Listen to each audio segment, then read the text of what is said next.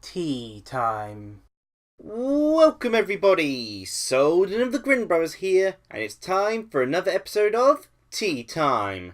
And that will in fact be the last time you'll hear me mention this as a tea time, but for a reason I'll get onto later. I shall first introduce my tea, and it is a Earl Grey tea, because apparently I had yet to actually note down in my tea book the information about Earl Grey. Like, I'd had the Earl Grey and written it down in my book, but I hadn't put any of the information down. That said, I'm not sure whether to put all this information down on Earl Grey accurately, because the Twinings Earl Grey, which I have with me, claims that in 1831, they created Earl Grey themselves, and the Prime Minister at the time loved it so much that they named it after him, aka Earl Grey.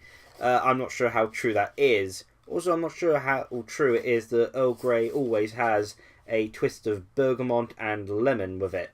I can't imagine, like, lemon doesn't seem to be something I'd, associate with Earl Grey. It's bitter, not sour. But yeah, I've got myself an Earl Grey tea here. We've brewed it for 2 minutes, 2.5 minutes, I guess you could say, because I tend to not like it a bit too strong. It's fairly strong tea. Got it with milk. And yeah, it's one I've had before, but so just try having. It's the first time I've had the Twinings version of it whilst recording. It's usually like the Whittard or the Pucker sort of teas I have. Whittard tea usually for the Earl Grey. So this is the first time having the Twinings one. Anyway, back to what I was saying. Yes, this is the last time you'll hear me mention a tea time for this particular subject, or hopefully the last time. That's not to say I'm stopping tea times. No. What I mean by that is this is a kickoff video. Yay! The thing is, though, I'm actually going to be branching kickoff into actually being its own category, so it's not being listed as a tea time in future. However, I'm not listing this one because I've yet to get the kickoff artwork done for it. I'm hoping by the time that I want to do another kickoff, that the artwork I have presented for it will be the kickoff artwork. I have a question for that, but I'll save it towards the very end of the kickoff video. I should really get onto the Kickstarter which to promote with this video of kickoff. And the Kickstarter I want to talk about today is The SEASHORE. It's a cooperative action RPG by Russian studio Boomerang Games, which was set up in 2016. And this game is set for the Nintendo Switch and PC, designed with 2 players in mind. Now, the crucial thing, and the thing I absolutely loved about seeing this Kickstarter, I found out about it through Nintendo Life. There's a forum I'm subscribed to on Nintendo Life about Kickstarters, so they pop up quite frequently. But the thing I loved about the SEASHORE immediately was the fact that they mentioned straight away, like the first thing directly underneath the trailer, was what systems the game was coming to. PC and Nintendo Switch. They made it very clear, and directly below that it was stretch goals, Xbox One, PS4. They made it so gosh darn clear. The last 3 Kickstarters I've been interested in have not specified what system they want to put the game on. I mean, heck, sometimes, like, you people say, oh, just assume it's on Steam, but, like, Steam's not the only platform. Like, they've listed PC, but they said they're later going to do a poll regarding whether that people would rather it on Steam or another place, like GOG, for instance. It's not that simple sort of thing. And the fact that they made it so clear, I love them for it. Boomerang Games, I love you for making it clear what systems you're putting your game on straight away. In fact, generally the whole sort of Kickstarter page, which I'll obviously have a link to in the summary below, is really clearly labelled out. Now, okay, like I said with previous kickoffs, I prefer to only make the promotion video once I've actually put my contribution towards the Kickstarter already. And I've already submitted about myself as the $100 sort of tier, which is less money in British value, about £8 sort of thing, just a little bit over, but still a fair amount, but I think it's worth it for the rewards I get for it. I'll go over that later. Time to talk about the game of The SEASHORE in of itself. With uniquely designed pixel graphics, uniquely as in it doesn't feel blatantly inspired by anything, it feels like it's inspired by simple, pixel graphics in of itself, rather than having a straight up source from it, no sort of one game to say, oh, it's clearly inspired by this. No, it seems to be, it's just the artistic style, and they're not limiting themselves like it has to be retro, it's easier to do it in a pixel style. But when they need to do, they will sort of strengthen it in areas and such, and, vary up the colour. They're not limiting themselves to it as a homage to anything so purely. It's just, this is the easier thing, let's make it look nice. With uniquely designed pixel graphics, the Seashore tells the tale of a soldier named Gunman and a swordmaster named Spark, as they venture through a fantasy-styled, post-apocalyptic world in search of the mythical location, Seashore. Hey, drop title! Journey through destroyed cities, devastating sandstorms, desolate icy landscapes, deep beneath the sea tunnels, and through dark train tunnels, as Gunman and Spark assist one another via 2 players, together, wireless, or online. That pause there was because I thought the sentence ended in my notes I took. You know, this is how I studied for school. My best way was actually reading through an entire textbook and then writing everything out in my own words. And so that's basically what I did with the Kickstarter page. So, they go into length of greater detail and they've worded it differently. In any case, yeah. You play through the game as either Gunman or Spark. I'll go into that later. But Gunman's like an old soldier-style character. I believe he was looking for his daughter, which he believes is in the Seashore. And then there's Spark, who claims to be from the Seashore, and she's heading there anyway, so the 2 team up. It's 2-player, and the key reason for that is the game has clearly been designed with the Nintendo Switch in mind. Joy-Cons, they separate. You've got 2 controllers with a Nintendo Switch straight away, and that's because this game requires 2-player. Like, it's not solo play, you can't do solo player, though there have been discussions as to having it as a extra mode later on, but not the main campaign. Following Gunman and Spark is 2-player mandatory. You work together and assisting each other out, and that I find incredibly fascinating. And the Nintendo Switch is the perfect system to do a game which is a 2-player focus thing, like Snipper Clips. Like, I hear you can do Snipper Clips single player, but I feel that missed the entire point of playing Snipper Clips, really. But anyway, back to my notes. Face down many foes and solve puzzles through teamwork. Teamwork, important. Remember the teamwork. Catch one another, lift up barriers, activate switches, or, in terms of the combat sense, use Gunman's bullets and grenades to provide cover for Spark's close combat sword skills and rune magic. Like there's the trailer example is there's an enemy sort of shooting about. Gunman's, of course, got the long range thing. He throws a grenade and arc, sort of hits the enemy, so then Spark is able to jump out, sort of rush through, and then just slice through the rest of the enemies. And like the barrier thing, like there's a situation where there's like the turret sort of shooting until it overheats, so you both lift up a pillar together to sort of block the bullets until it overheats, and then Spark runs in and just slices it to ribbons, sort of thing.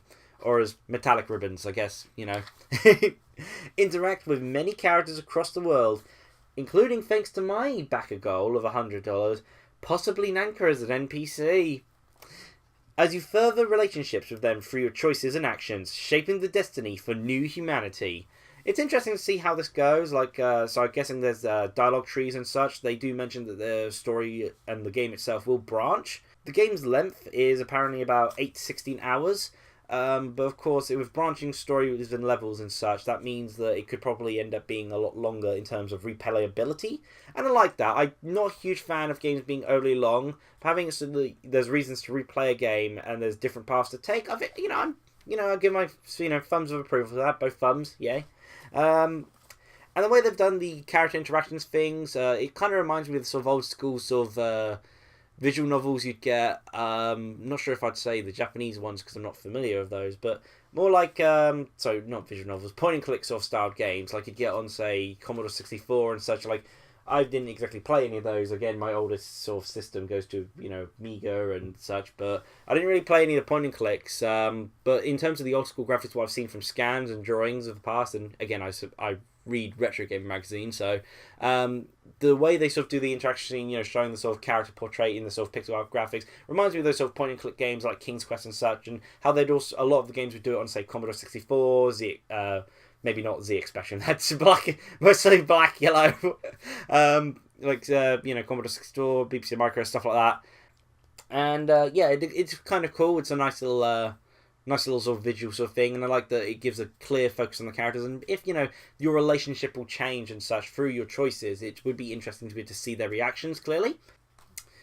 And okay, moving on to the rest of my notes. Navigate the city to find past artifacts for crafting, seek out upgrades to Gunman's weapons, or purchase them, as well as runes for Spark swords, enabling new abilities, and venture through the game's multiple branches. Like I just said about the branch system. you know how there's going to be a replay value to it. Play as Gunman, an old military man with a 2D shooter-inspired repertoire of skills. Multiple and numerous weapons that you can get via purchasing, location, or crafting. Or alternative, play as Spark, somersaulting to your enemies on the front lines and mowing them down with lightning-fast killing blows, upgrading her skills with various runes that you decipher through an NPC ally, and then attached to her sword, giving her various passive abilities, possibly new sword skills. The main sort of ability I saw was one where her sort of regular strikes would be able to deflect bullets, sort of thing. And that's pretty cool, you know, sort of a parry, sort of reflector shot for the bullets. How far it goes, not seen yet. Again, it's only, you know, one trailer and this Kickstarter information. And of course, Kickstarter, they want to keep some things under wraps later to reveal to backers as the game progresses with updates and such. In fact, whilst I'm doing this Kickstarter as kickoff video, I'm actually downloading the beta for Sea of Thieves. I just had to just lean over and flick that over, so it's not... so it's still downloading. I was going to be playing it tonight, actually, doing a Souldin short of it, but... I may not, because I forgot that it required a download for the beta. I thought I downloaded the beta already. Anyway, wow, I'm getting distracted a lot of things in talking about this. Only one last thing to really mention. It's $3,000 to fund the game. At the moment, the time of this kickoff, I think it's at $1,300. But it's got, you know... this time 48 days to go. I'll put the more accurate information up if it's jumped by a decent amount for this video. I hope to get it within like a week of this recording sort of thing uploaded. But yeah, so it doesn't take much to fund it, but hopefully I'm hoping that it'll be able to achieve some of its stretch goals and, you know, a bit more funding. Yeah, it's $3,000 to fund for release, but with additional stretch goals for every, roughly they get a new stretch goal for every like $500 to $1,000. Sometimes varies for some of them. Ranging from a hardcore mode to 4-player missions, and even releases on Xbox One and PS4. Those last two are at the very end, and of course, you know, the release on the Switch makes the most sense. From what I hear, yeah, as mentioned before, the cooperative play is also available online, so that shouldn't be too much of a problem. But of course, Nintendo Switch allowing you to do it locally instantly, and without any sort of additional controllers needed aside from what comes with the system, is absolutely fantastic. Now, I'm going to talk more about the Seashore, but I'm first going to actually have some of my Earl Grey tea here, just share some thoughts on that, because that's the end of my notes I took down, but I'm just going to look through the Kickstarter page, see if there's anything else I feel is worth mentioning.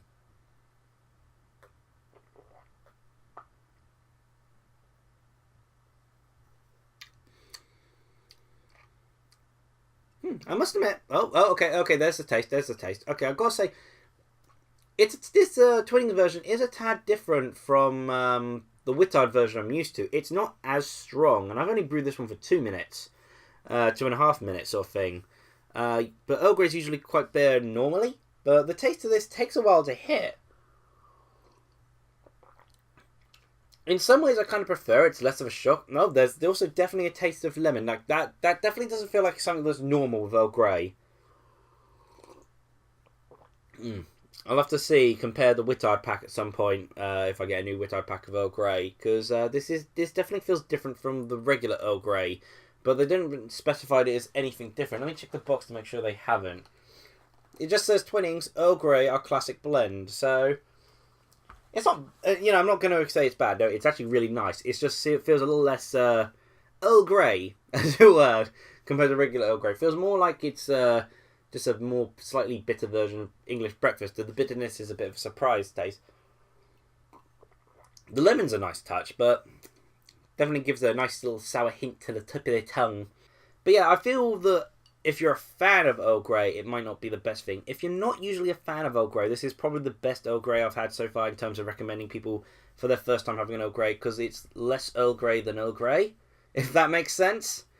So yeah, a recommendation if you want to sort of try Earl Grey for the first time. Twinnings Earl Grey is a nice introductory to it, and then you can probably go for the stronger blends of Earl Grey from other companies to get the proper Earl Grey experience, as it were. Or if you want a tea with a hint of lemon, this is also a good option. So anyway, further things to talk about. Again, I don't want it to carry on too long. It's already reached the 15-minute mark, and I do prefer it when it is roughly around that marker. Let's see, what was the... the Kickstarter Okay, the pledge I funded regarding the Kickstarter, I feel good I mention that, and the rewards I'm getting. Legendary artifact, your face to choose from, except I'm not choosing my face, choosing Nanka. I actually had a nice correspondence with them regarding that. They actually said that Nanka would fit very well in the game, so that's pretty cool. I think it'd be a bit much of me to try and fit Hat in there somewhere, like Nanka carrying Hat or something. I'm not going to take advantage of their sort of kindness like that. But anyway, on NPC, on billboards, or any monster. I did consider that for Hat briefly. But no, I went with Nanka for an NPC. Raffi can fund his own Kickstarter, sort of back Kickstarters and such if he wants to put Hat in the game. I'll consider it if it's like something Nanka would never fit in, sort of thing. But beta test access and the previous awards, which include updates, HD wallpapers, two virtual game copies, PDF booklet, digital soundtrack, PDF manual, access to concept materials, you in the game, or in this case, Nanka in the game, and beta test access. I'm never going to do beta test access, but Raffi might do. It might be worth him doing a Rough Hand Presents on the subject sort of thing. Would be cool to see him do that at some point, but of course that's only if he wants to. Let's see, there was a section here about music, which I didn't really cover, because it's really kind of hard to talk about music, but I've mentioned that they do have group W.Clouds. They're good friends of them who have been doing the music, the soundtrack, the sounds of animations, and all the fruit. All of that are the fruit of their painting work. So W.Clouds, if you've ever heard of them, are doing the music for the game, and they do have a few samples on the Kickstarter page. So go listen to those and check those out if you're interested. There are image here showing inspirations, just a few sort of pictures, and they've also, of course, got the stretch goals listed out. I do find it funny the Xbox One release, which they get to before the PS4 version, but it's just a crate with an X written on it, which is pretty amusing. And of course, they've got the team, which to sort of go over. Let's see, it's about 1, 2, 3, 4 sort of people in the main team, and of course they've got the other group doing the sound design and such. So, those are just just a few quick other things to mention about it. Oh yeah, and there's also one last thing. They had a FAQ, or I don't know, am I scrolling up like that? The FAQ here does mention something interesting. Frequently asked questions, release date. They plan for the release, if everything goes smoothly, about 9 months after the campaign ends, which is pretty darn good. Admittedly, this is actually the second time they've uploaded this Kickstarter. The first time they needed a higher amount of money and didn't succeed, sadly. In fact, I didn't really hear much about it. I really wish it was more promoting more. But they've gone back, sorted things out, and they seemingly have got more funding over time, now that they've done it at a later point. And I feel this is a better point. Like, they did it pre-Christmas, and pre-Christmas period is a bit iffy to try and do a Kickstarter. But in any case, that is the Seashore, a game that I'm hoping succeeds in its Kickstarter, because I really want to play it, and I really want to see Nanka in it. And again, it looks a lot of fun, and it's a nice, unique idea. I really like the idea. I really love co-op games, and I really like the idea of a game which is built around co-op to the point where you kind of have to play it co-op to, they're not, trying to fudge it by saying, oh, here's a single player sort of thing, and the co-op doesn't, and they should know, this is built for co-op, and I really like that. It'd kind of be the perfect thing to actually play on Grimm Brothers, so may consider that, upon its release. I mean, any Souldin short would have to have me playing alongside someone, so we might as well just do it as a full-length Grimm Brothers video. Who knows? But that was the Seashore, and I hope you've enjoyed listening to it, and feel free, and of course, please do check out the Kickstarter page, see if it interests you and all. And if it interests you, of course, consider backing it. Yeah. So then, okay, and of course, something to obviously mention at the very end, I haven't been paid to promote this in any way. Gosh, I wish I was paid to promote games. This was just of my free will, because, of course, I want this game to succeed, because it looks awesome. So anyway, I hope you enjoyed, and cheer everyone!